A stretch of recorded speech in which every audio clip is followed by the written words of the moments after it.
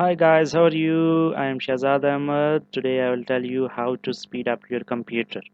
For multiple reasons, you need highly speedy computer for work.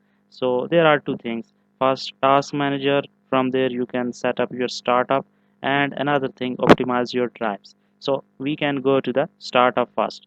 So right click on your taskbar, click this Task Manager. You can open Task Manager through this way. You can also open it by clicking Control plus Shift plus Escape. So it opens up here.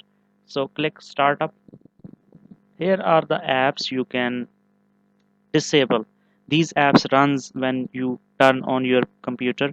These apps start running at that time, so your computer takes time to open up. So disable them if you don't need them. Like Cortana, you don't need Cortana at startup if your PC is some lower model or have low specifications. So you disable some of the apps from here. So you can simply click on the app you want to disable, like for example this, and click disable button. It will be disabled. If you want to enable it, click enable. It will be enabled. So this is was the first thing you can do.